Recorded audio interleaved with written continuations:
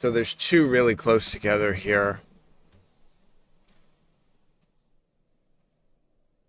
The next one would be right here. So if I aim myself at it, should just be able to ride straight ahead.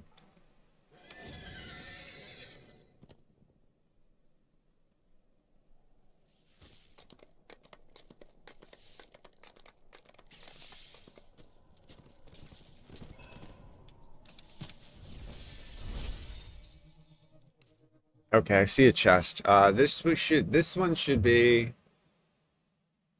Machinarily. I don't know. Oh, it is.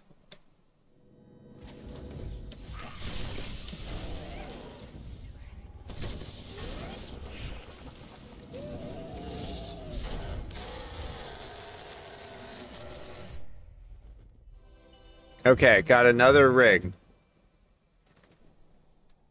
I've already received this ring. This is Strength, Mastery, Deception, and Insightful.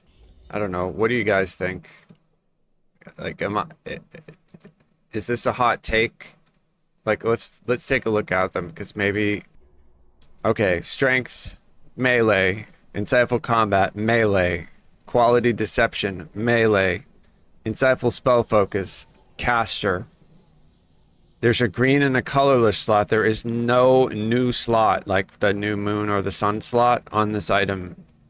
So I don't know who, first of all, I don't know who this item is for, because what caster is going to be using strength? I mean, maybe a Dragon Lord, I guess. Maybe a Dragon Lord could use that ring.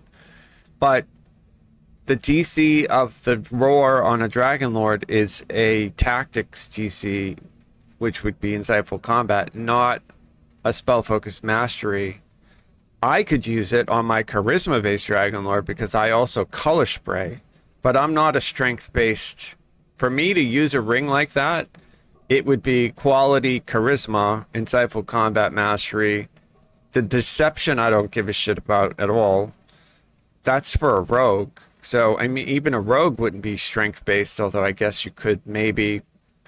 And then they wouldn't need spell focus mastery either. So, and then we looted two of those, right? And then this ring is equally as confounding because it's the same stats except we swapped strength for con. So there's +3 con would work on anyone. We've got melee, and then another insightful spell focus mastery. So, and then no new slot. So for me to wear that ring, I really would only be looking for insightful spell focus mastery 3. I would take the con, I guess.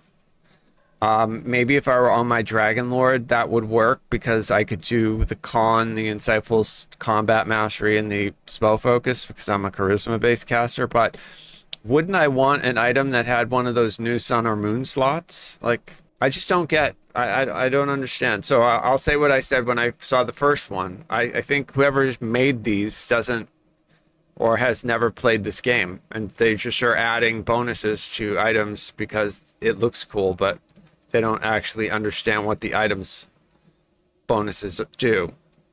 You know what I mean? Like, and are they letting ChatGPT make magic items now? Is that what's going on? Maybe. Like, because that would make sense to see an item like that. Like, maybe I'm missing something. Maybe I don't understand a build. Maybe that is really good, and I'm not getting it. But I can't. Maybe they're trying to cover, maybe that's a jack of all trades. They're trying to say, well, okay, whoever finds this ring, whether they're a spellcaster or a melee, they're going to be able to wear it for something. But by the time we get to level 34, we are not in a situation where we're going to wear whatever we pick up. Likely, we're already going to be wearing gear that we very specifically organized in a set bonus when we were level 30 or level 32, right? So we're just looking to increase the bonuses on the set that we already have. And I can tell you, absolutely, under no circumstance would I get rid of, on this, let's take a look on this character specifically, the rings that I'm wearing. I have a crafted ring that gives me a couple things that I always like to have. And then my other ring is part of the set bonus for the Feywild. my 7-piece set bonus. So, like, it would have to be quite a spectacular ring to get me to drop that 7th slot bonus. You know, just as a talking point. Like, I just don't understand like who they are making that item type for. Strange. All right, so there should be a quest. Yep, the House of Song. So we're gonna ride to the House of Song, and then directly south of the house, the song quest here, there should be a rare if the rare's up. The House of Song was a temple devoted to Ogma, the god of music and inspiration. It's said that at night, mournful music sometimes can be heard from within. Doesn't look like it.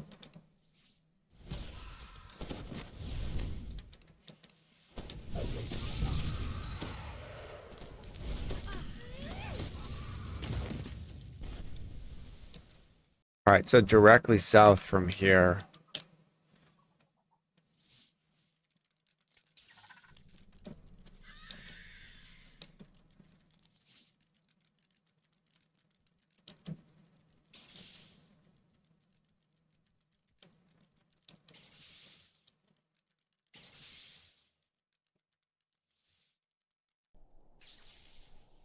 Yeah, okay, so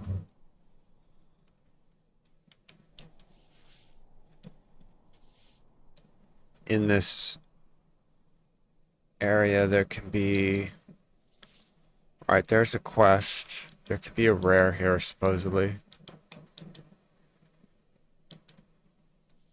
Deadly creatures infest the ruins of the fallen city. One of them has clearly made this cave its lair.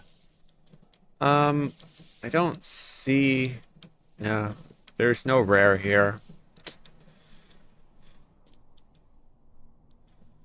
What do you think? Do you think this will be an interesting creature? Oh, what is this?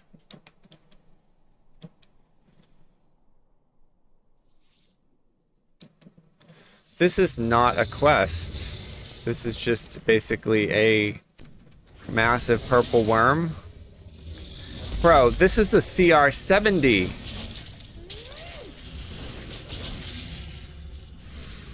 That was a surprise. So this is basically our version of like the raid boss in this zone. So you come here in a group, you're super strong, you have a tank, and you fight the CR70, and it drops something probably super unique. I mean, that thing one-shot, and all the damage that I did to it, it's still really not even taking any. I wonder if anybody's killed that yet. CR70. That's just obscene. I don't even think the dinosaurs, right? Aren't there dinosaurs, CR46s, out in the Isle of Dread? Like, I've seen a lot of groups doing these new quests on R10. I think that's cool. So I'm going to have to keep... Oh, did he... Brackhart defeated it? It would be nice to know if it's worth the time, right? Like, does it drop something worth chasing? Yeah, with the static group, you could do that. You'd have to have a tank and a healer and a bunch of GPS. Although, who knows? Like, maybe you could just do it with one DPS, a tank, and a healer. You just definitely need, like, somebody who's a tank who can get a lot, like 4,000 or 5,000 hit points. Because that thing hit me once and did 2,000 damage, so... I did see a filigree, I think, like, when I did one of the quests. I got a new filigree, I think. I might be misremembering that, though. I could have just dreamt that or something. It might not be true, but... Well, let's let's look. I think yeah, I put this stuff in my bank, so let's see. There should be a couple filigrees here. Yeah, so these two filigrees, as far as I know, came from my looting out here, I think. I might be wrong, though. But, I mean, Maybe I had them in my backpack prior and like maybe I was doing Salt Marsh, but I don't have memory of that. Like, so I kind of thought that they came from here, but maybe I'm wrong. But I haven't seen any recently, so. The whole reason I run out into the Salt Marsh and do those quests is because they drop all the filigrees, but I haven't seen one in any of these, you know, like the rare chests out here, so we'll see. There is a rare that should be like directly, whatever this is, southwest. So we'll pass by a scroll on the ground, yep, right here. And then up on that hill sort of in front of us, there's a chance for a rare to be there. I've not yet seen this rare though, so I don't know actually.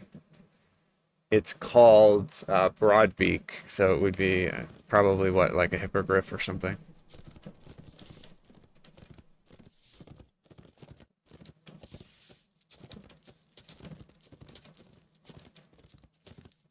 Yeah, and it would be in this vicinity. I mean, I think. I could be looking at this map incorrectly, but... So it's not over there. And...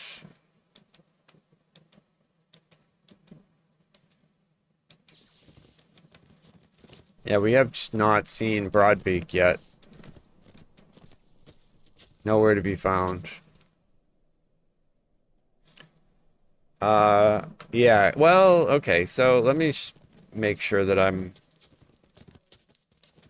being as diligent as I can. So, the map, if it were here, on my map, I'm using Psycho Blonde's map, by the way. She marked it, like, right here, so... But I don't see anything, so...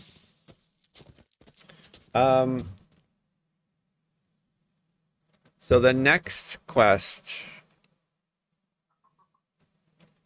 the next rare, pardon me.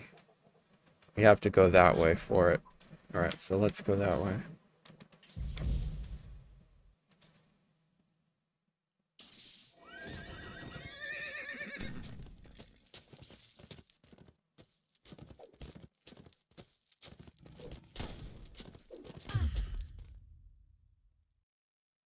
You know, these laser beam shooting aliens are super annoying. What the F is behind me? Bro. This thing's been chasing me for like 15 minutes.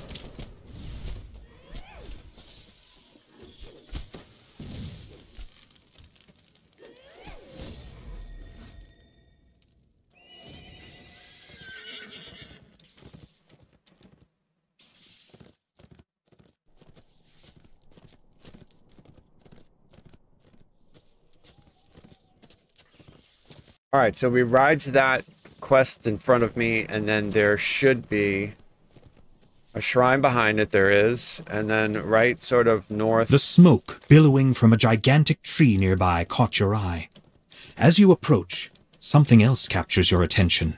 Yeah, a large, shining dragon so this should be who watches the blaze with grave concern. Thrall, or whatever it is. Okay, I haven't fought this thing before.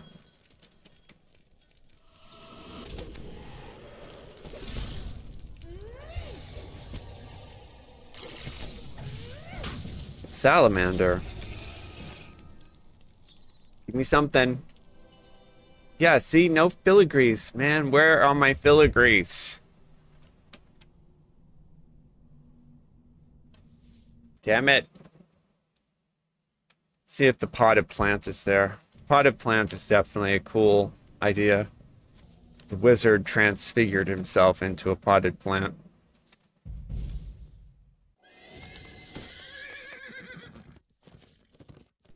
You know, like, conceptually, I like the idea of the alien invasion, all the little Nothics, but in actuality, playing with them, they are super annoying. Like, I think reading about it is cool, but playing it is really lame. Like, they're so annoying because they shoot the little laser beams out of their eyeballs. So I like them, but I don't like playing against them because they're annoying. So I don't see the potted plant, dude. I'm not sure exactly where, but I'm not tabbing a chest, so I'm assuming it's not here. Okay, I'm not actually in the right spot for it. It's more like right here. So let's go that way.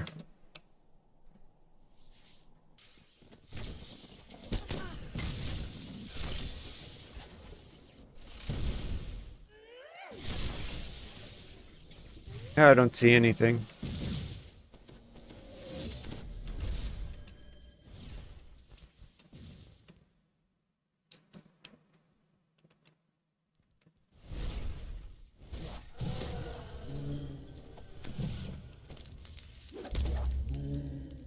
This was a fabled school of wizardry.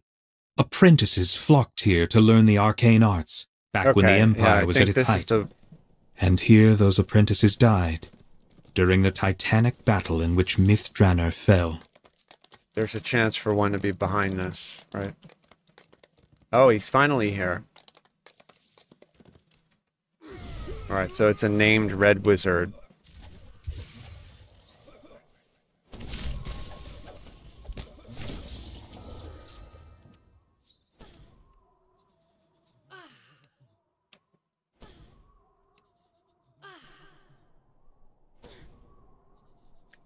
He is super, like, lame. I wonder if you have a really high concentration, if you can open something.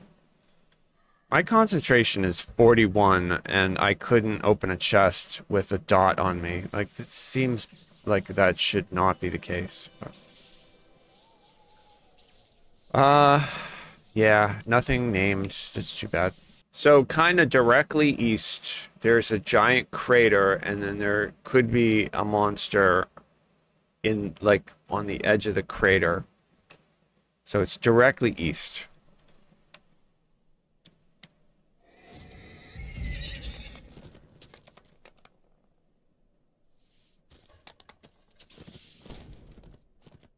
I got knocked off my horse again. Who the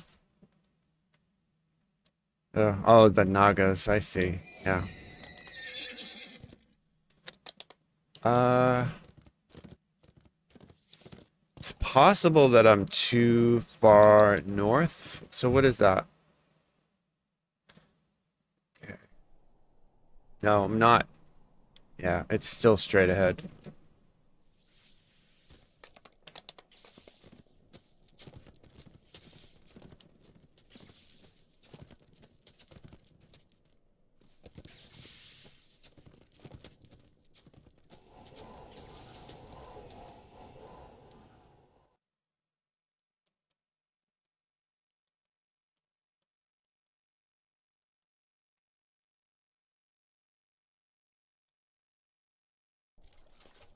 Deadly creatures infest the ruins of the fallen city. All right.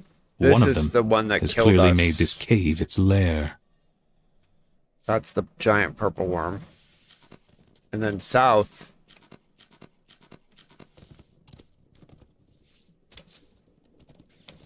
How do we get out of here? South, there should be another crater. And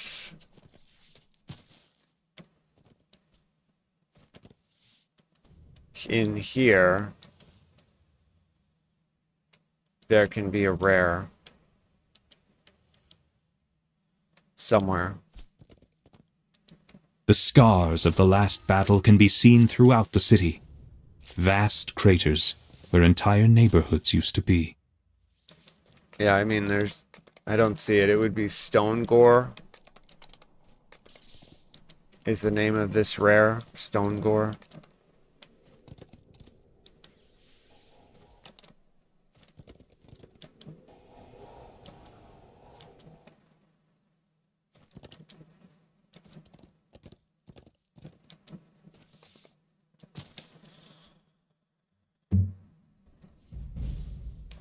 If I can make it.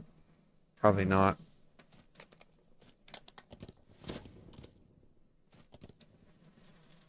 I mean, I'm kind of happy to do this because I wanted to see if it was worth doing it on all my other characters, and so far I don't think it is. I've not really pulled anything out of these chests that I feel like I care about. It's an awful lot of riding around and looking without, you know, like it'd be different if I could add a marker. I mean, maybe I just don't understand something about this UI, but I don't think that I have the ability to even drop a marker on this map. So without being able to do that, I'm kind of like, I'm stuck doing like a best guess based on landmarks. So there should be like a river in front of me.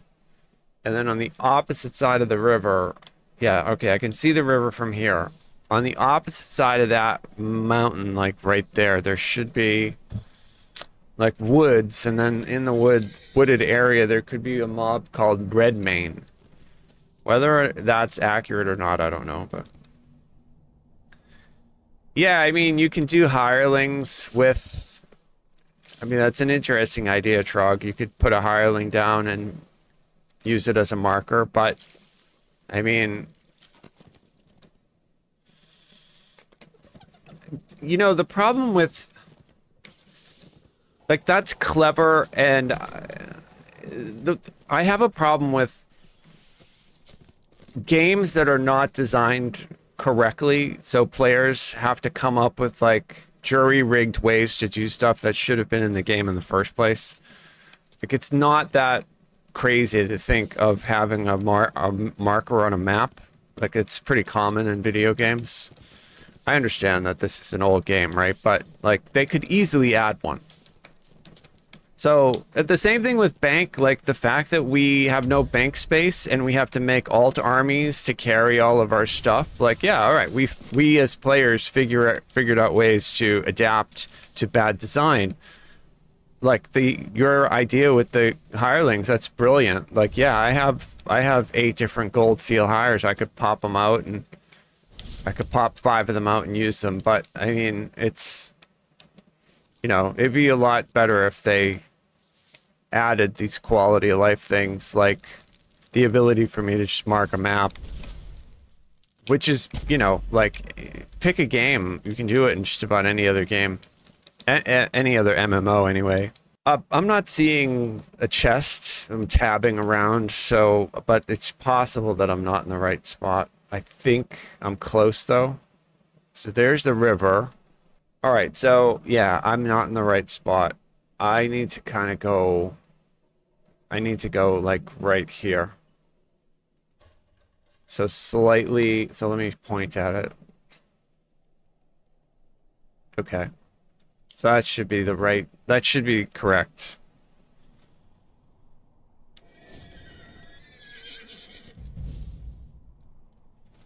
Hopefully. If everything works, I should just be riding right at where it is. With DLC content, I kind of always hope that they, you know, give us some quality of life stuff as well. But, you know, I have a lot of high hopes. Oh, there is a rare here. Okay, we have fought this one before. This is Redmane. So really, we're looking to see if I can find a filigree out here. I haven't found a filigree yet, so I'm not sure if they drop out here. So I'm not sure it'd be worth it. I mean, I think I would do the Slayers. Come out here and get 9,000 Slayers, I think would be cool. Right here, there could be another one. But, like, as far as doing, like, loot runs out here on the rare chests, I don't know. Unless there's something I'm missing, or maybe that purple worm drops something that's worth fighting him for. And if that's the case, hopefully then people start making groups. I'll join and just try to kill it and see what happens.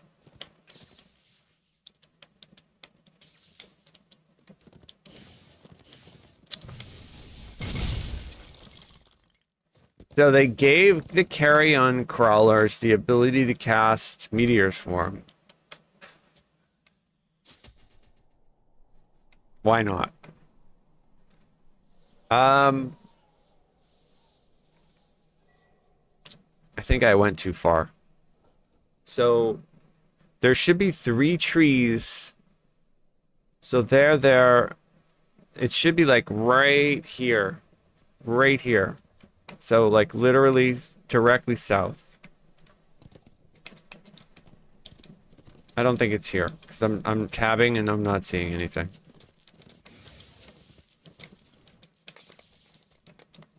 I think it would be right here. I'm using Psychoblant's map though, if you're wondering like what map I'm using. I don't have it like linked or anything, but I got it off the forum. I think she's the only one who actually made a map so far, but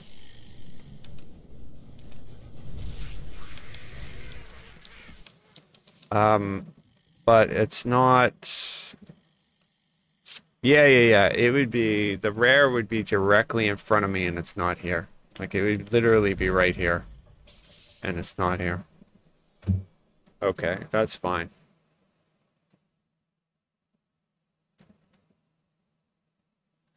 So from here, I'm gonna ride north. We're gonna go straight north. And we're gonna go all the way north until we can find the Shrine of Mistra, and then we'll ride over the bridge. And then there should be 3 rares up in that area.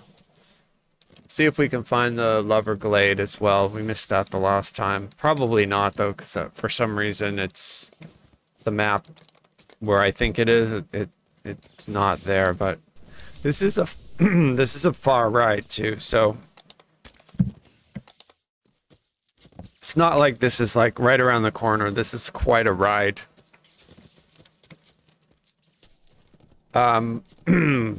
There should be a river off to our left as well. So if we see water, yeah, there's the river. All right, so we just need to find a bridge. All right, there's the bridge. So that bridge that's the ruined bridge. So that's too far south. We need to find the working bridge that's to the north. I mean, I think that doing this sort of thing is really cool in DDO, right? It's nice to be able to ride around in an environment and explore. So there's the working bridge. Oh, Trog, you know, I haven't asked Cozy, but how did the event go? Like, how's your Wayfinder event going? Is it going well? Are you guys having fun? Have you succeeded? Is it wrapped up? Is it over? Or is it still occurring? Or was it everything you hoped?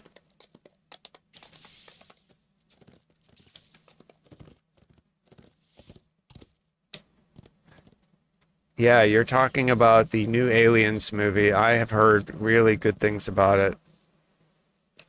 Oh, it's interesting. You didn't have time to play. Yeah, so hopefully you have fun if you do a little bit of that. It's not my thing, otherwise I'd be over there playing it, but I like hardcore. I like the hardcore server for a very specific, because it feels a lot like the game felt in 2006. I like the fact that everybody's on a First Life tune and we're all doing, you know, low level stuff, and I like the leaderboard and chasing after the items, but the permadeath itself is not a game style that I like. It's way too stressful for me.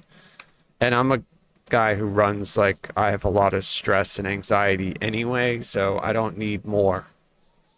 Right? Like, I don't need any more.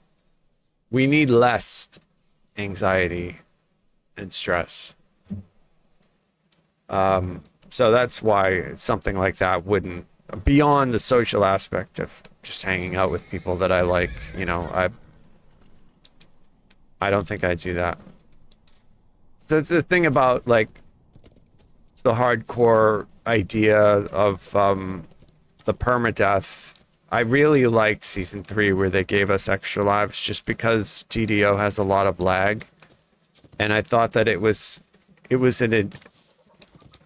like a very solid admission that they wanted to sort of respect players' time with all the bad lag that was occurring. Because some people like would die at 4,900 favor and then have to start over again. Like that's tragic.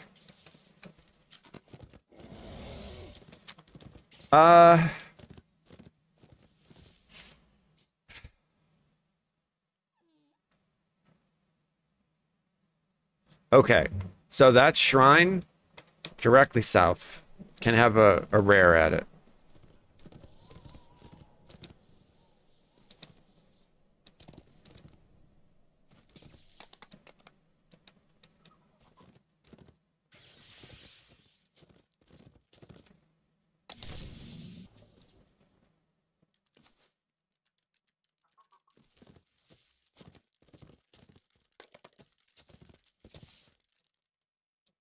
I have no idea. I probably just rode right by it. Where? This is the problem I was talking about with the... Yeah, I did. Like, because I can't put down a marker and ride towards the marker, I'm like constantly self-adjusting. Okay, so here's the shrine. So the rare would literally be like right here, and I don't see anything here, so... There is another one, though. And it would be kind of like way... Oh, yeah, the Lich that's in the tomb over here.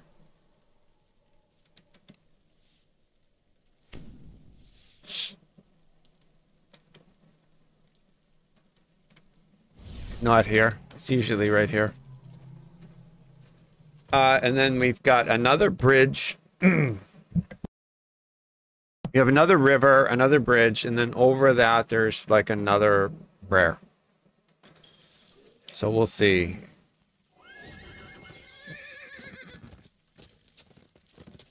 We're just gonna ride west. There should be a bridge and a river.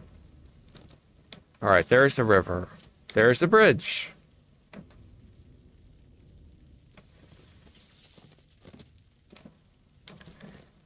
I mean, she did a good job on the map. I'm just really bad at navigating.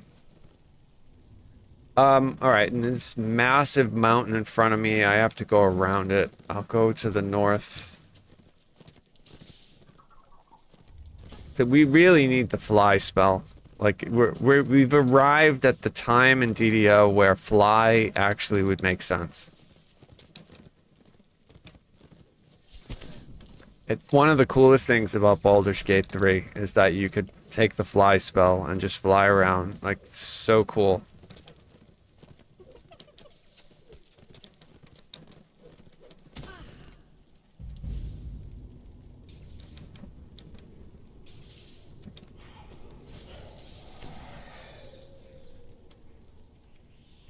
Alright, so I don't think I've found...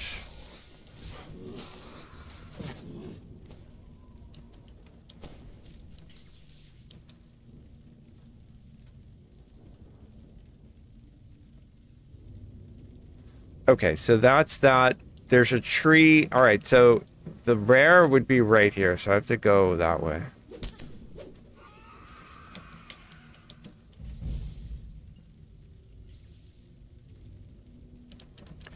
Tab targeting. I see a chest right there.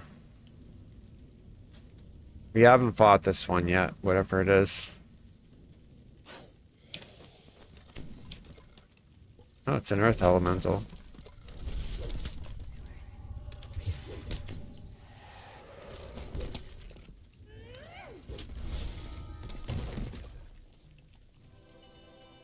I found another pick. So I found 2 of these. And so I'll say what I said when I found the first one. They have been giving us... Oh, actually, this is not a pick. This is a scimitar. All right, that's good. Yeah, yeah. Keen Scimitar, Aligned, Anarchic Blast. Okay, that's great. So it looks like maybe any weapon can show up like that, because I got a pick that looks the same. Here's the pick. So I got that light pick of the Fallen Age, and then Legendary Scimitar of the Fallen Age. So I guess maybe any weapon could show up as the Fallen Age weapon. That's pretty cool.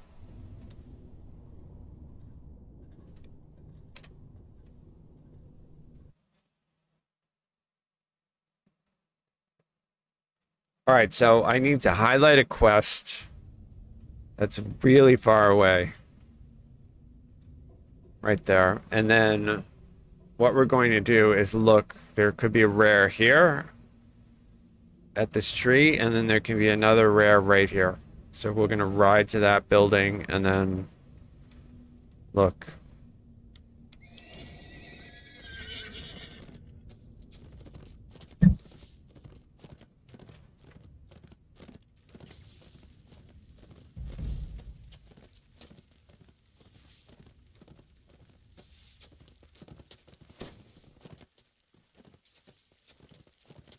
Says I found 12 of 20 rares so far.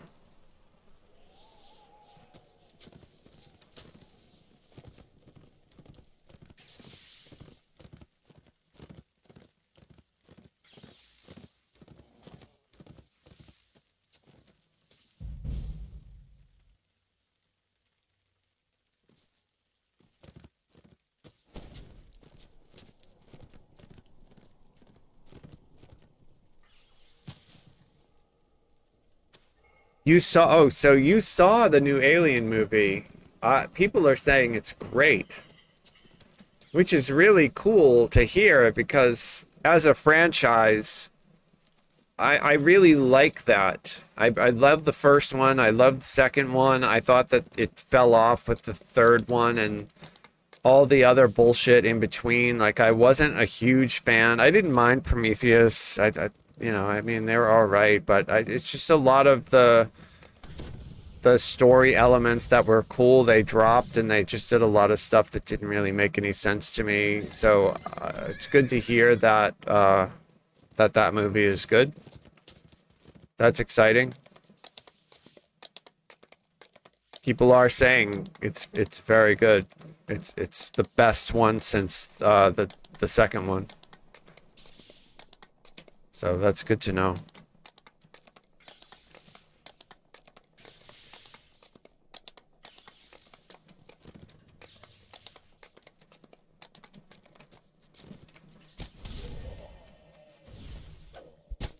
I've been sort of I'm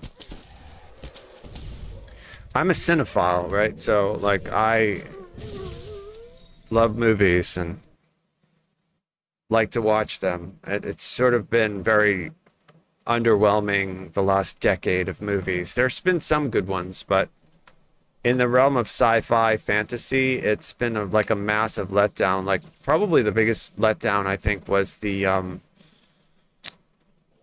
third Harry Potter film where they didn't have Johnny Depp. They cast that other dude. He was Mad Mikkelsen or whatever his name is.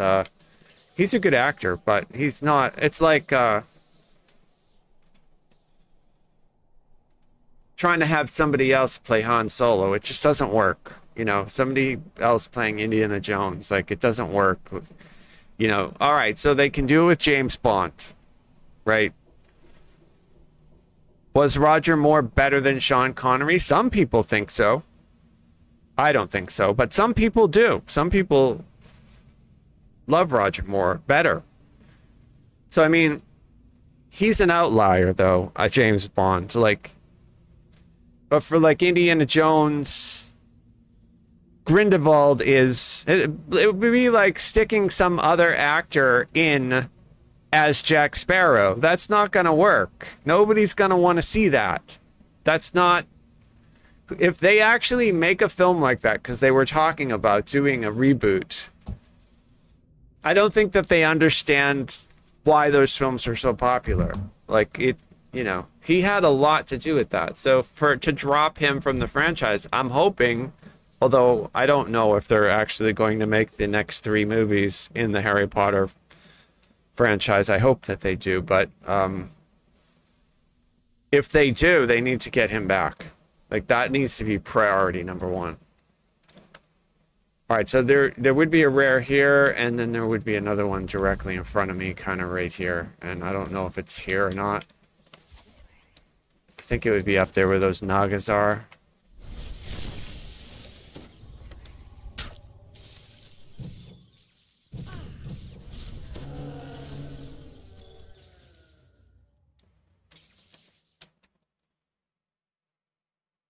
And then from here, go down the road, and there should be...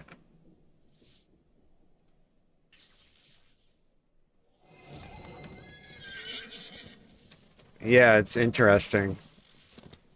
My favorite James Bond was Sean Connery. My favorite James Bond movie is Goldfinger.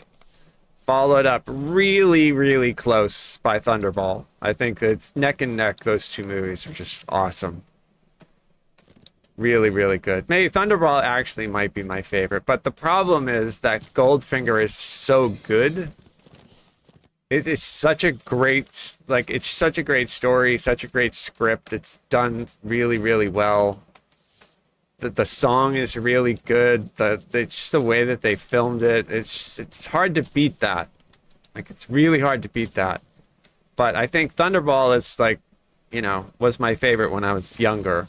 So I'm not generally a fan of all of the James Bond movies. Although I'll tell you something. I don't know if you saw, if you've seen the last one. I would skip it because it's bullshit. It is complete garbage, bullshit. What they did. Yeah, it's nonsensical. Again, it's what I was saying. I've just been underwhelmed by cinema for the last decade. It's just, they just keep doing things like they killed Han Solo. Like, what the fuck, man?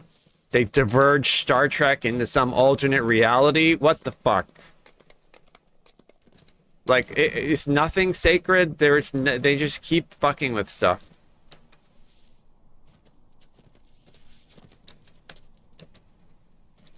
I didn't mind the Matrix, the new Matrix movie. I thought it was okay. I was happy to see them back. I thought the story was all right. It wasn't the best thing ever, but it was all right.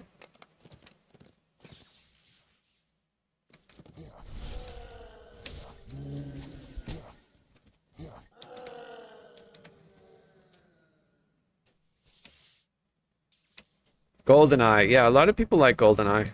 Yep.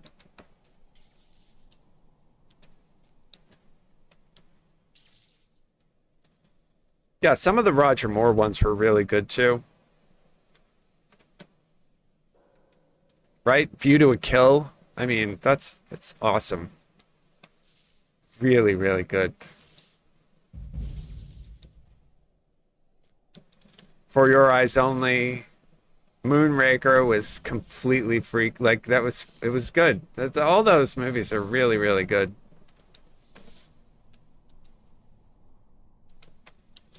I like the old school aesthetic, though.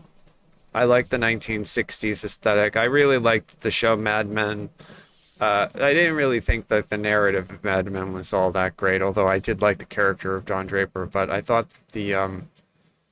just the way that they did the aesthetic of recreating the 1950s and 60s looked really good. So, like, when I watch James Bond, I like that that look from the 1960s. And if they handed me the franchise and said, okay, make the next James Bond movie, it would not be like a Bourne Supremacy style action movie that could want, you know, that's shot like a music video. It would be something that looks a lot more like the traditional, like, Goldfinger, From Russia with Love, Thunderball, like that kind of stuff. It'd just be paced a little bit slower. It would still be, you know, like, the other thing too that I would embrace a little bit more, which it's been difficult because the actor, I forget his name, who's playing James Bond now, who was until he just left the role. Craig, I think his name is. He's just not a super, like, funny he's a good actor, but I mean, he's like an action hero kind of an actor. So his James Bond was a lot more stoic. He had a lot less goofy one-liners than like Roger Moore, as an example. So I would want to bring it back to make it a little bit more campy and a little bit more funny with stupid one-liners. I mean, Arnold Schwarzenegger perfected the one-liner, but James Bond said a lot of one-liners way before Arnold Schwarzenegger arrived. So, I mean, I think it would be going back to the roots. Yeah. I haven't been really, you know, that super happy with a lot of the cinema, but I do want to see that Alien movie, so it's good to hear. Nice to hear that it's good. And we can't even talk about Star Wars. Star Wars is something like, it's just so depressing to me what happened with Star Wars. Because that was my favorite franchise. You know what I mean? I love Lord of the Rings, but when it comes to cinema, you know, I saw Star Wars for the first time when I was like really young, and it just completely, you know, like exploded my kid brain. So, but I haven't, ever since Lucas sold it, I haven't liked anything that they've made. So, and they've made a lot of stuff. I tried to watch that Solo movie, and I was just like vomiting. I just couldn't handle it. Like, it's so stupid and so cringe. Like, who? It's Ron Howard. Ron Howard is a good filmmaker. What? Like, he thought that that was a good idea?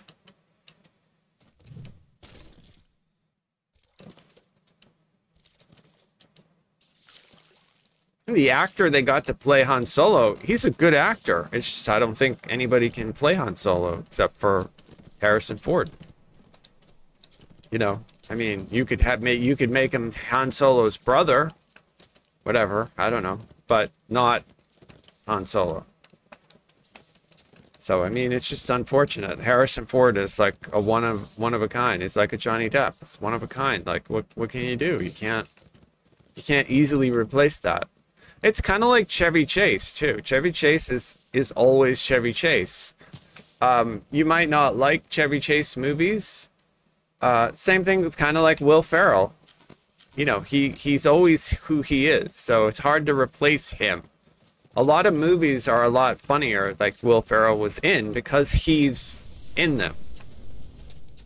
They wouldn't be as funny without him, just because he's such a weirdo. So,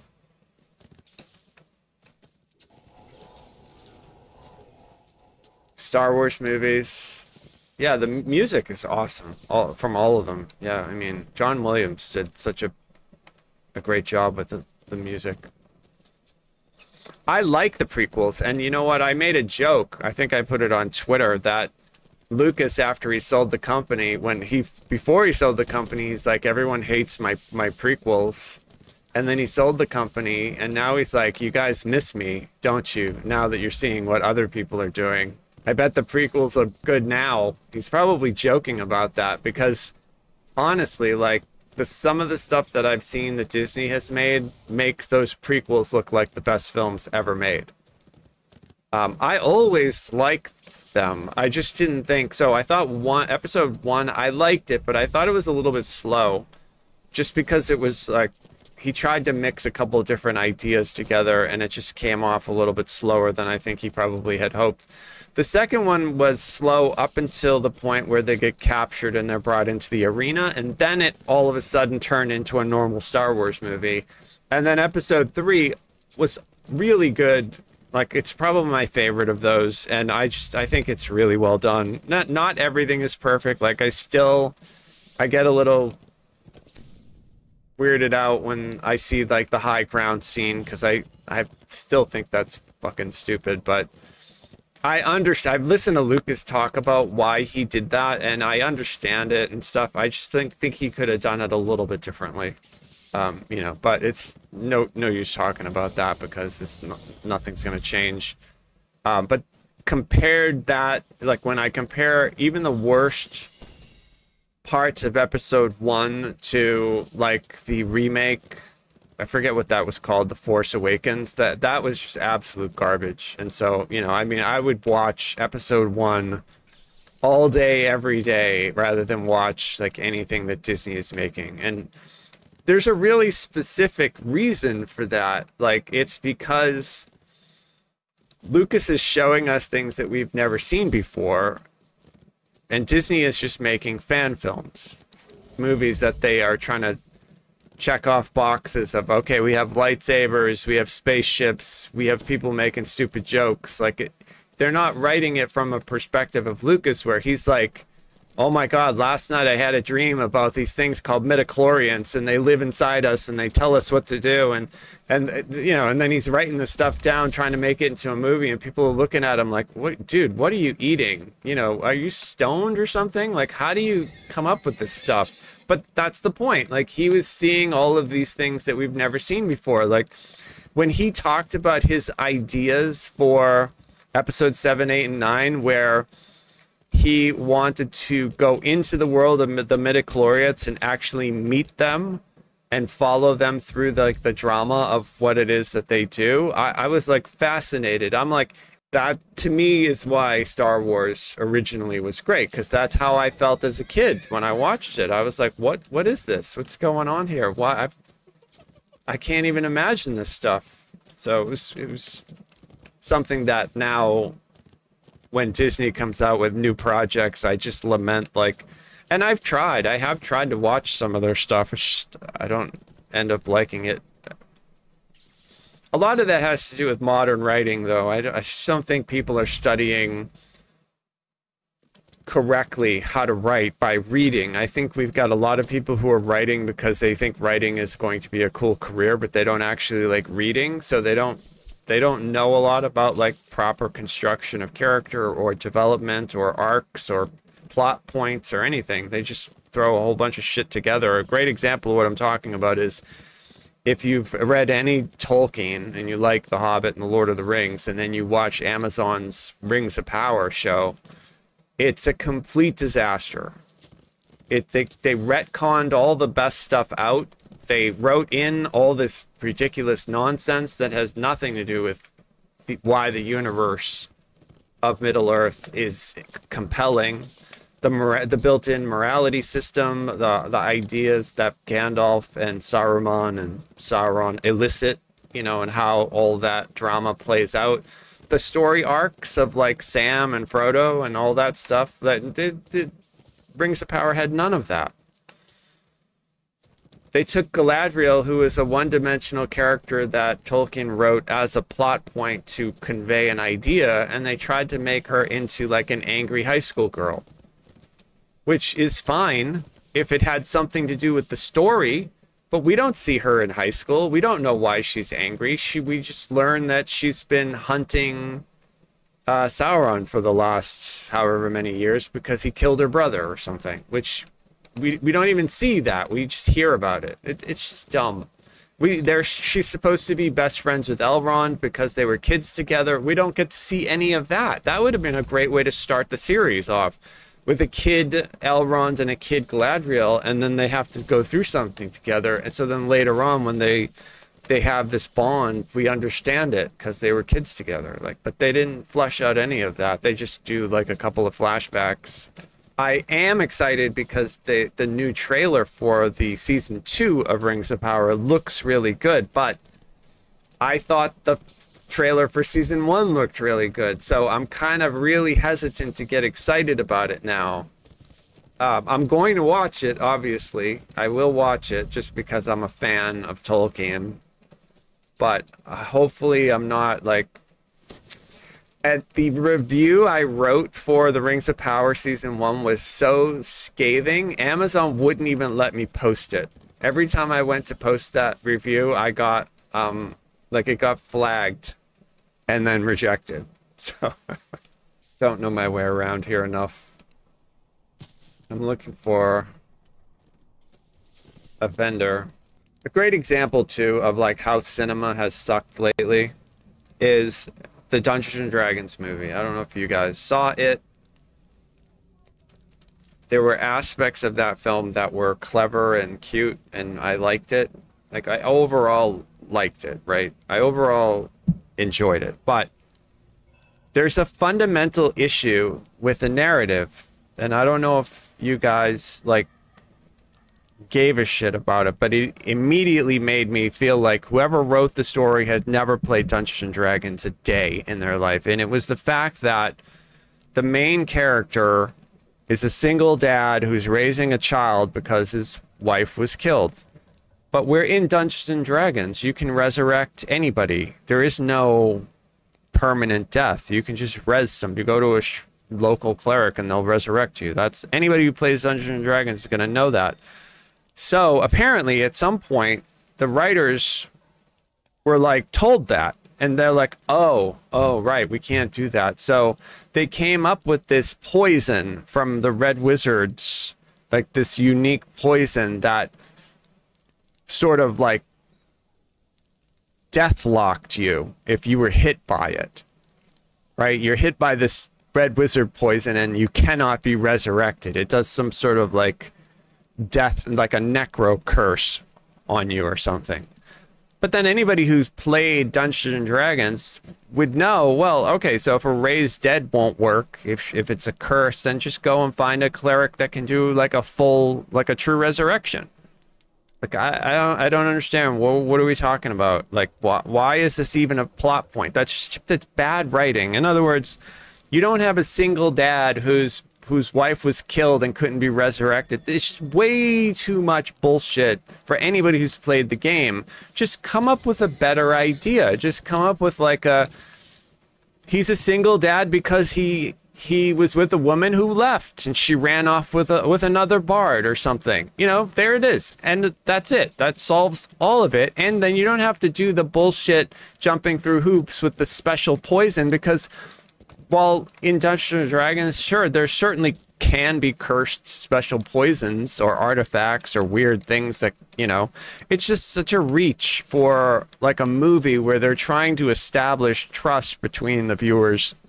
You know what I mean? Like, it's just, stick to the stuff that the people who play the game want to see. Like, I think it would have been a way better idea for them to make like the Dragonlance movies or something instead of making a movie about a bard. It's not a bad idea if they want to make like jokes, but I think from a perspective of people who really like Dungeons and Dragons lore, want it to feel like Lord of the Rings. That's what they want it to feel like. They don't want it to feel like a Saturday Night Live skit. So the reason why I think one of the main like good things about Rings of Power was all of like the artwork and the sweeping landscapes and the fact that we got to see Numenor. Like, that stuff is like really cool. So that's what we want to see. So like in Dungeons and Dragons, viewers, like when they went into the Underdark, I was like, wow, we're gonna get to see the Underdark in a film. Yet it was almost as if the writers had no idea what the Underdark was or why anybody would care about going there. So they didn't even do anything in the Underdark except for do this thing that triggered this fat dragon to chase him around. It was such a waste of wait. It was such a waste. It's like, why would you even go to the Underdark if you're just gonna have and okay, I understand the fat dragon was sort of like a meme or a joke, but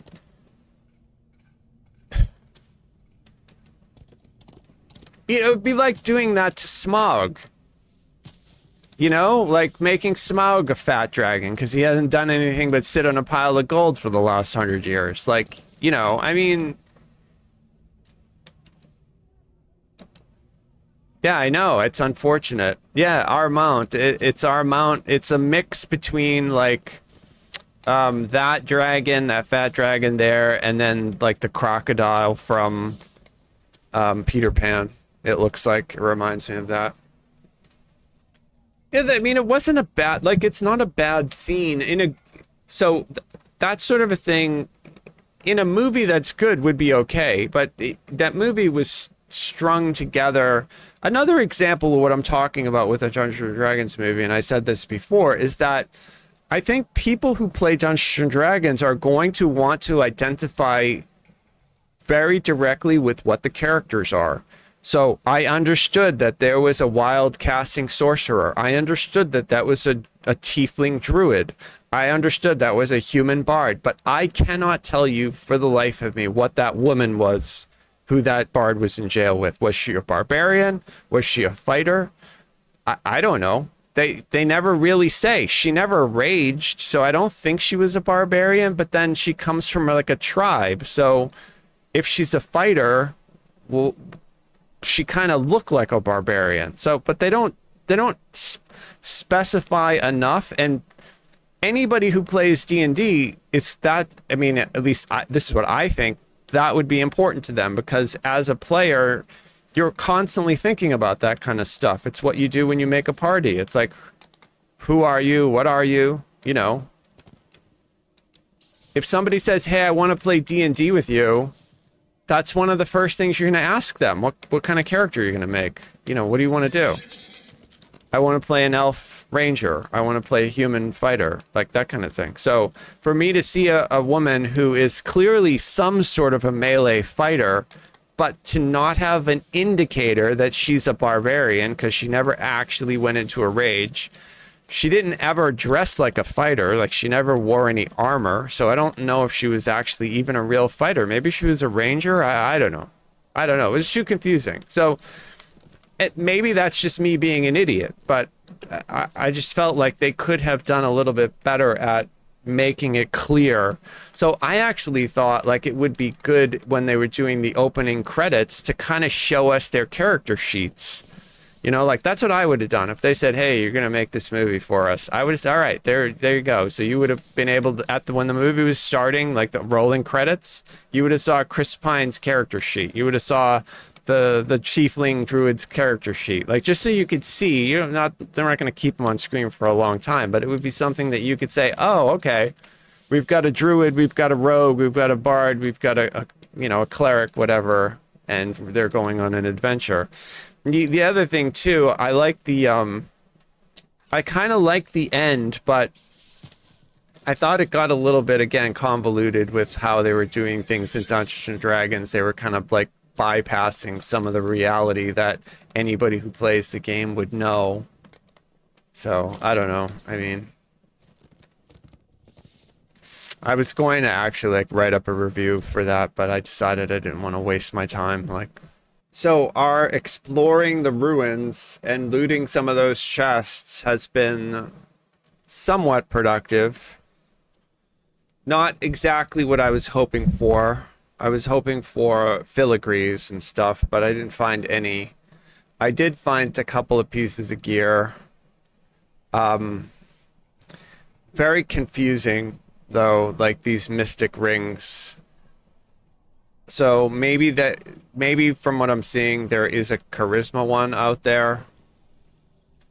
I think they probably are identical, though. It looks like they all have combat mastery and deception, which is for melee, but it does have insightful spell focus 3, which is good. It's hard to find a source of insightful spell focus anyway, so that's pretty cool. And then these scimitar, like the Fallen Age weapons, they look pretty cool.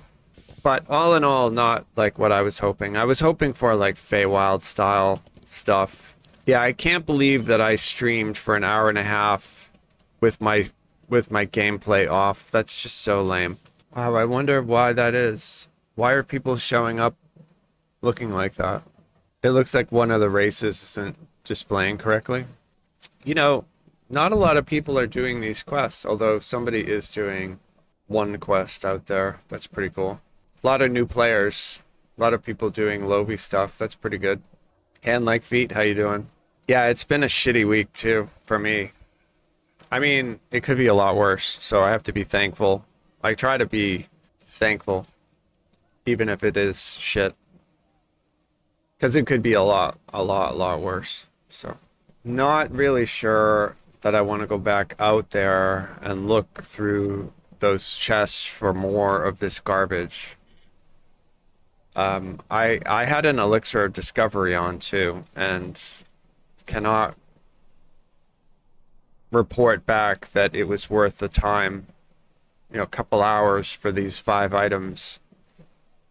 Basically, it's all food. Like I was saying earlier, the 2 rings that I'm wearing the Duskbone, which is the 7th piece I have of my Feywild set, and then this crafted ring that has 2 slots sheltering spell resist. Like, I would not ever get rid of those, even though Insightful Spell Focus would be good for me. Quality Charisma, Constitution would be good for me. It'd just be a really, really hard sell, because I already have Insightful Spell Focus Mastery 2, so it would only be a +1. And I would be losing a whole bunch of other stuff. So, you know, and then these weapons, like I don't think they're gonna beat like dinosaur weapons, right? Like dinosaur crafting is just so good. Isle of Dread gear is just so good that I can't see something like this taking its place. I mean, it's not bad, but an Arctic Blast aligned, that's not new. That's been in the game a long time. I think you can find something like that similar to that in not Crystal Cove, which I do think they have one in Crystal Cove, by the way, but I was thinking about Three Barrel Cove. But I do think there is a weapon that's very similar to this that comes from Three Barrel Cove in one of the chests. So, but I could be wrong. And then picks, like Anarchic Aligned Keen pick, like we've seen that before a lot too. So nothing super unique, super cool. It's unfortunate. Like I was really hoping, because of the mythology of Myth Drannor and all of the magic and all of the, like, it was like the height of civilization before the fall of the city in the lore.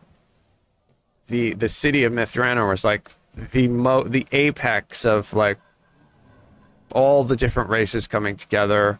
Magic, I mean, they were doing like level 10 magic spells. Like that's where the mythals came from. They were doing things that had never been seen before. So I was hoping that we were going to get some magical items that were just sort of like batshit crazy, bonkers, like Feywild stuff. Like when the Feywild gear first came out, I remember looking at it going, oh my god, I can't believe that I'm getting all this stuff on a piece of gear and it's level 5. Like, I was literally shocked by the Feywild gear. I still am. It's still amazing gear. It's hard to beat this stuff. It's why I'm still wearing it. So, I mean, and the fact that you can do a 7-piece set bonus. So, like, I was hoping that they would come out and think about what else they did in the Feywild, too, with the Fey Twisted chest. Like, they had a lot of inspiration for that gear. So, I was just kind of hoping for that sort of like a, you know, but it didn't.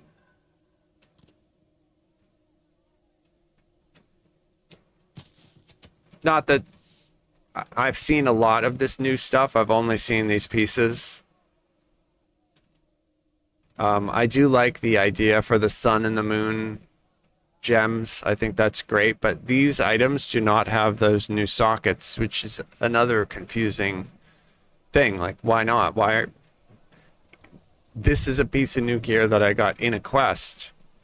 And while it's not a piece of gear that I would wear, because it's for melee, it's good. Like, double strike is something, if you're on a melee, that it's always great to get a lot of it. So having quality and insightful on the same item is fantastic. Tendon slice really doesn't matter. Went through the trees is a nice feat to have, but it's, you know, it's okay. And then you can see the sun augment slot. I did, just as a test, I slotted a I found one of the gems, so I slotted it in there. I think it's a really great thing to have another, but I don't understand why these items don't have that same slot, because they're from the same expansion. So I'm confused, is basically the point that I'm getting at.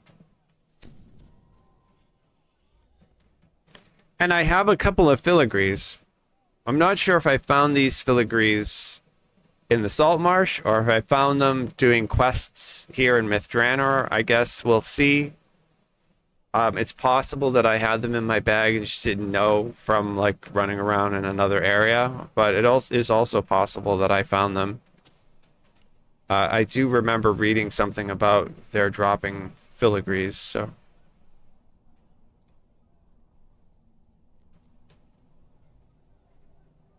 Oh, apparently my gold roll gave me an elixir of discovery. That's great.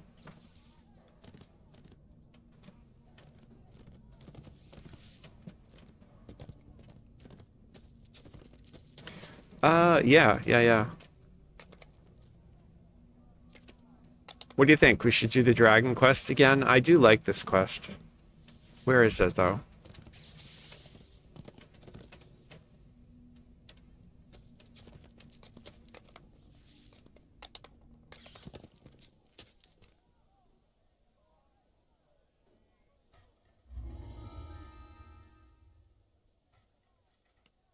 So we fought a purple worm that was a CR 70. And I got killed You've in one come to hit. these woods to stop the Ettercaps. The spider-like creatures have been capturing elves traveling to the ruins of Myth Drannor. Now to see if you can find some trace of them. That purple worm killed me in one hit. So I'm gonna keep my eye out, see if people run groups to do that quest. It's not even a quest. Tells you his story.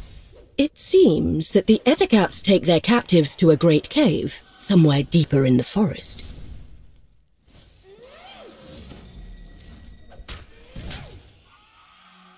It's basically just a rare out in the middle of the Slayer Zone. It's kind of like the Tyrannosaur from Isle of Dread. Except this one's a CR 70.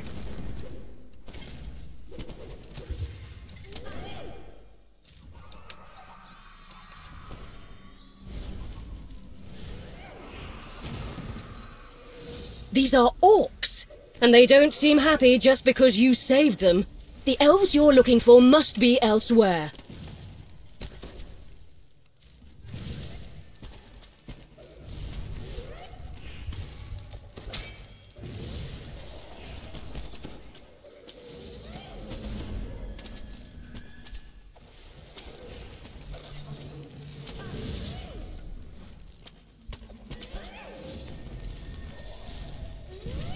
Gonna be hard to beat those dinosaur weapons. You found a cave, but it's too small to be the great cave where the Ettercaps take their captives. That's what I'm using. Dinosaur bone short sword. It's really hard to beat that. They're so good. Lunar magic, coalesce magic, a couple dragon souls are in there. And then I think I have a meteoric star ruby. Yeah, no, I have a meridian fragment and a ruby of disintegrate.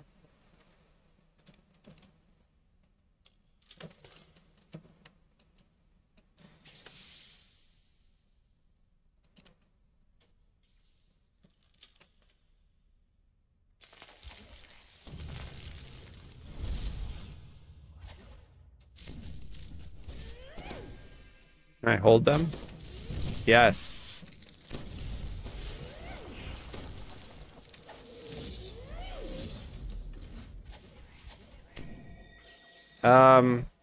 Really gotta hold that Ettercap right there. Oh, I missed the Plague Reaper.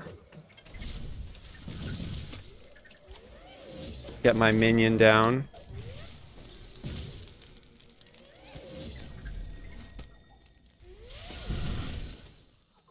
So that Arborean resisted my hold twice, and I don't want to get too close to him because he's probably gonna smack me for a bazillion damage.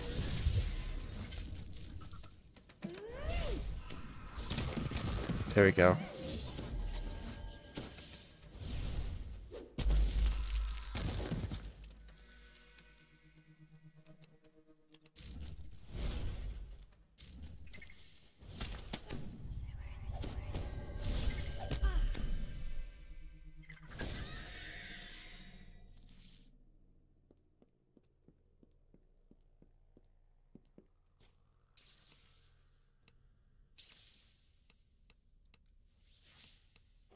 Okay, I'm gonna drop my minion right on that Ettercap, and then when they all group up on my minion, then I'll throw a hold monster on them.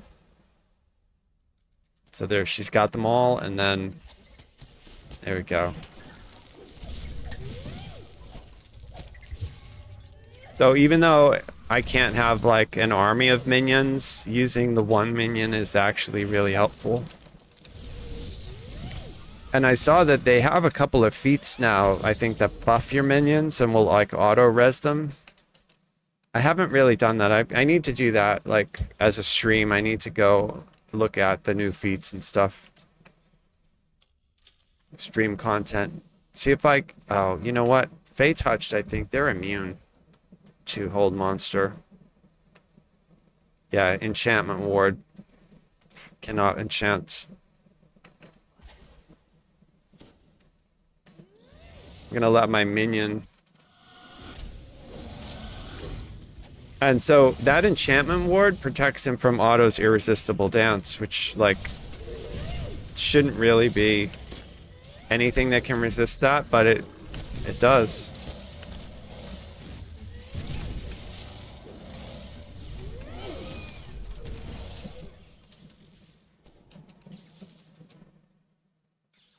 We'll do the same thing. We'll do our little minion strategy. So as soon as they all group up on it, we're just gonna cast a hold. This must be the great cave where the Ettercaps take their captives. Right? It works. Yet the way Pretty into the sound cavern strategy. has been sealed. And by the looks of it, not by Ettercaps.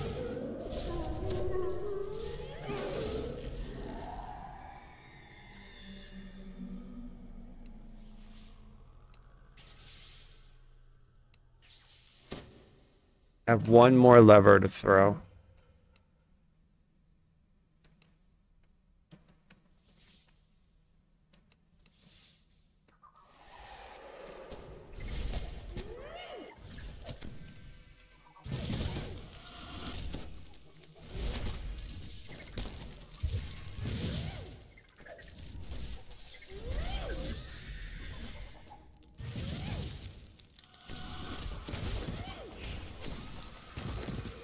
The proc of the dinosaur weapon will turn them, like, lock them in ice.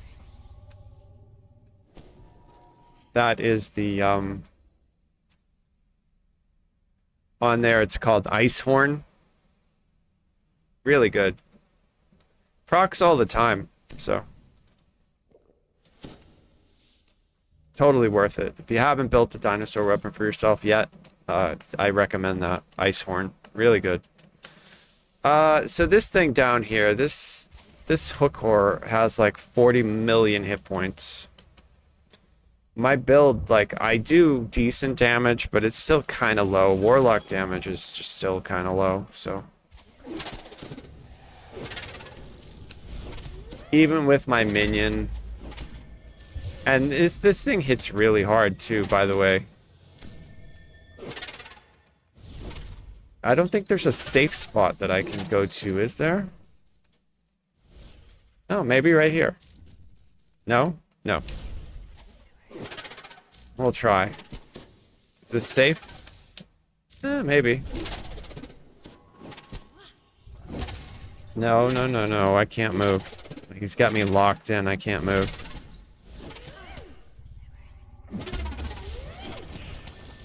I can face step through him, though.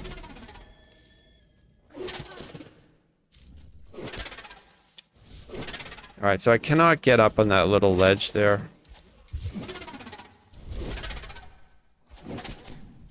Alright, let's do that, and give me a Sleet Storm. Maybe the Sleet Storm will help.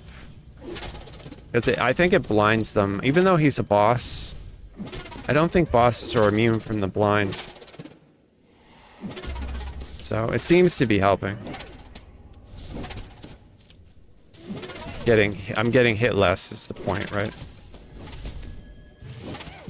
I'm gonna do another Arcane Storm, another one of those, and I'll do another Sleet Storm just for giggles. I need to get my hit points back. Even with the hots that I have on myself, and shining through, and my Shard Storm. Like, I'm taking so much damage that I just constantly have to be cycling them, or else I'd probably die. But if you watch the actual, like, temporary hit point numbers, I'm constantly changing. Like, there I just hit my Shining Through. There's my renewal. I'll hit my Rejuvenation Cocoon, and my Shard Storm is almost back. There it is. So now I've got my Shard Storm.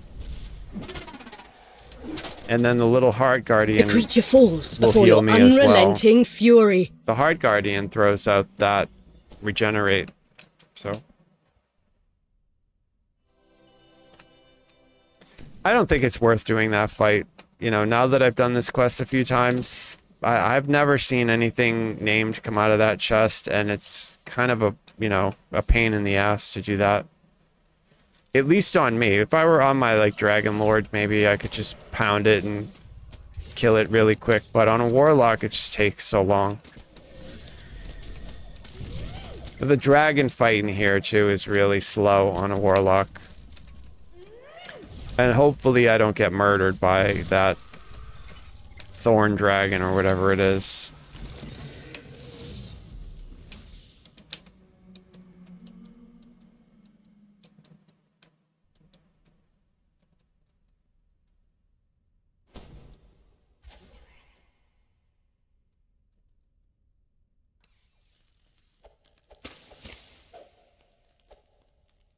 It's interesting, though. Like, I've done this quest a few times. I still don't know. I always get kind of caught up looking for this last altar. So it has to be something like there's like a mental block with the way that they have it laid out.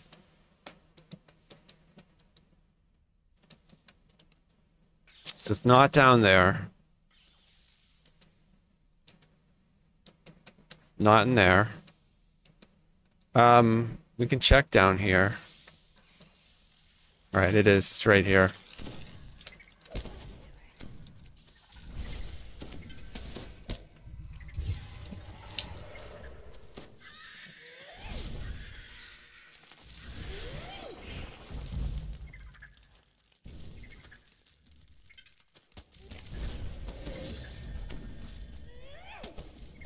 So the champions in Reaper quests, right? They have different colors, yellow, orange, and red. And the red ones are the worst. Like, they hit the hardest. That is orange, right? So that's like a tier 2. That's like an elite one.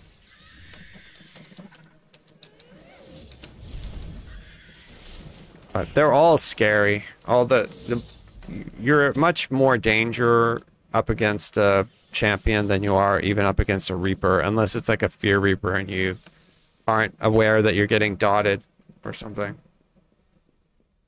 Or if it's a Famine Reaper that has been allowed to, like, linger and is free casting on you, that would be bad too. You examine the marks on the ground. Something big was here recently. Something larger than an Ettercap.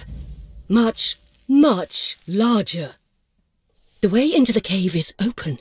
The terror that lies behind the Ettercap's raids awaits within.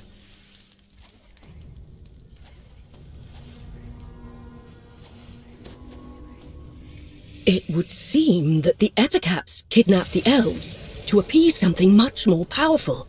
A large, hungry fang dragon. Okay, same thing. We're just gonna basically do the same exact strategy. I'm gonna use Sleet Storm, and we'll cycle through our Evarts and our Arcane Tempest, and then I'll just try to hit him with my Eldritch Blast and throw out my minion. But I'm going to use Sleet Storm to try to keep myself from getting, like, hit by a lot of his attacks, even though he's a boss. Like I said, I think the way that Sleet Storm is coded, because it does an automatic blindness effect on anything that goes into it, and I don't think it matters if it's a boss or not. I mean, I don't know if it matters if it would be like a raid boss, but this is just a quest boss, right? So I could be wrong about that, but we have plenty of mana, so why not? We'll just keep doing it.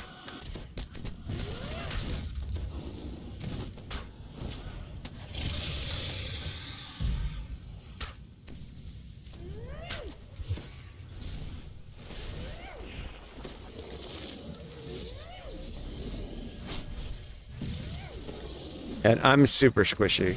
Like, my character has like an 80 armor class and 100 PRR. Like, I can't really take a lot of hits.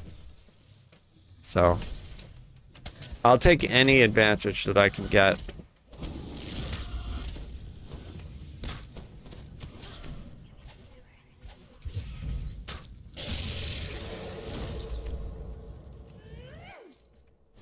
I'm just gonna lure it back over here into the sleet storms. Well, if I can. I'm not sure. It may not follow me.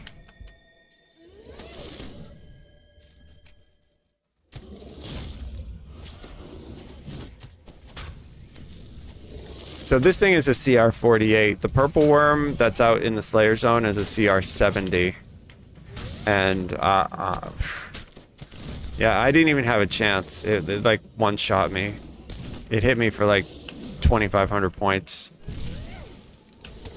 The first hit, so.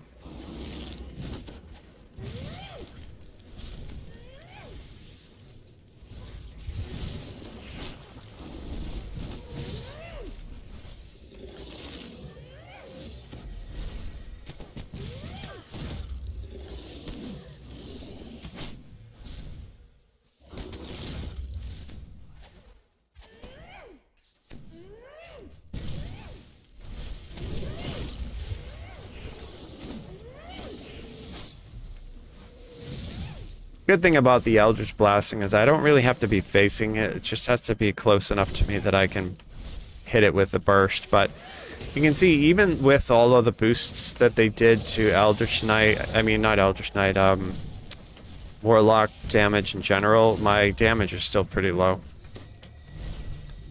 Like, this thing has almost 1,000,000 hit points, though, but still, this is taking a long time, I think.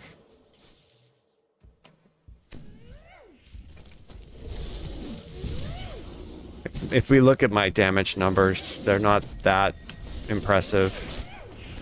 Like, you know, 1,000, I'm doing a couple hundred, one for 30, you know, like, it's stupid. Some of them are really low, so. As opposed to other characters, like if you play on a Dragon Lord, you can hit things for like 10,000, you know, like you can do really good damage. So, I like Warlock though, they're my favorite, but it's unfortunate that they're just not really good damage dealers. They're very survivable though, obviously. Like, we're doing a good job. Even though my gear is good, but my stats, like if you look at that, my armor class, I think I've been debuffed, I have, but so I'm super squishy and I only have 113 PRR, so like there's a lot of room on this character to get better. But this is a character I really don't play that often.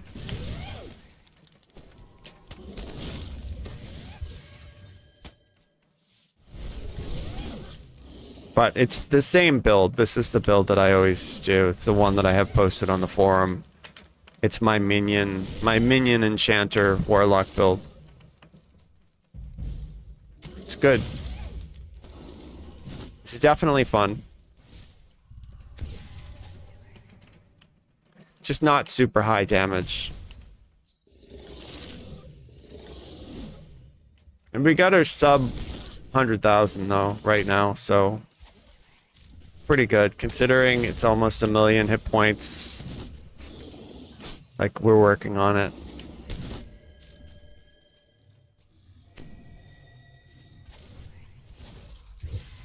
It's nice though that they telegraph the ground with what her attack is going to do so I can move out of it. That's good design. I like that. It makes me feel like you know, With the Fang Dragon taking dead advantage and the of other Ettercaps game cowed, mechanics to the make elves this will game once better. again be able to walk these woods undisturbed. Yeah, all right, man. Have a good day. Thanks for stopping by. I appreciate it. Hope you have a good weekend. Hope all you guys who are watching are having fun doing whatever it is that you're doing. Oh, so here it is. I found... Okay, the Fallen Age. These weapons seem to be like the weapons that are dropping.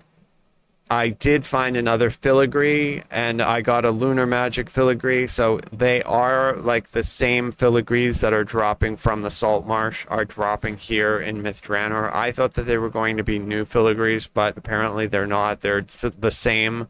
So that explains why I have a bunch of filigrees that look like they're from the salt marsh. They're from here, and then this is one of the new...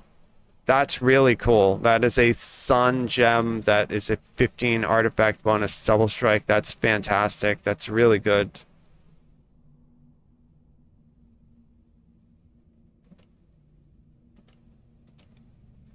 Pretty cool.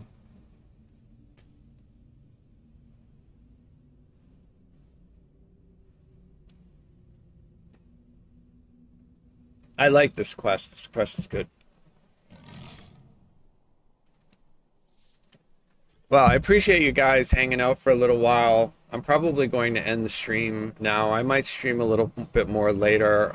I also appreciate any of you who have hung out and watched me play even before I realized that the camera wasn't on me and I was doing my just chatting camera here. So I appreciate that. You guys hung out, and hopefully you guys have a good weekend, and I will catch you later. Thanks for the follows. Thanks for any subs or gifted subs, cheers, bits. And hopefully you guys have a good one, and I will catch you next stream. I might stream a little bit later on tonight after I get some food. I might not. It depends on what's going on, what I'm up to. But I'm trying to like get my schedule reset and think, you know, like add more hours to my streaming per month. Like I do have a goal to stream a lot more, but the summertime is kind of busy, so we'll see how it goes. And then like I am planning on like getting a better mic and a camera. I just have to plan out like when to do that. So hopefully within the next couple months. So all right, guys. Where are you going? Hunting for gold that is flowing. Somewhere in the cold world hid, there is no knowing. Hey la, oh la la la. We love games, there's a standing stone. Let's make camp. We love games, let's make camp and play more games. Hey la, oh la la la, we love games. Where are you going? There's no knowing what magic awaits, what evil is growing. Hey la, oh la la la, we love games.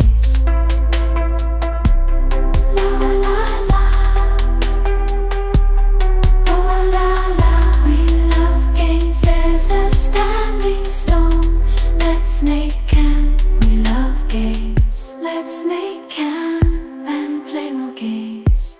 Hey la, oh la la la, we love games.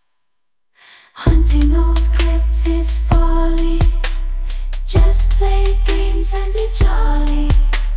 Magical treasures hide in the dark, so rest then and by. We love games, there's a standing stone. Let's make camp. We love games, let's make camp and play more games.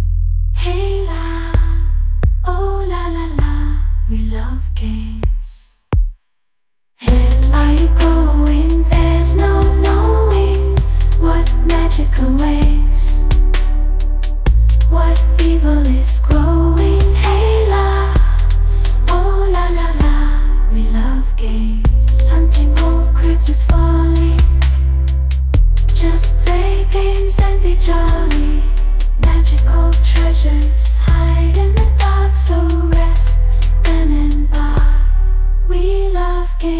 a standing stone. Let's make camp. We love games. Let's make camp and play more games. Hey la, oh la la la, we love games. Hunting old crypts is folly. Just play games and be jolly. Magical treasures hide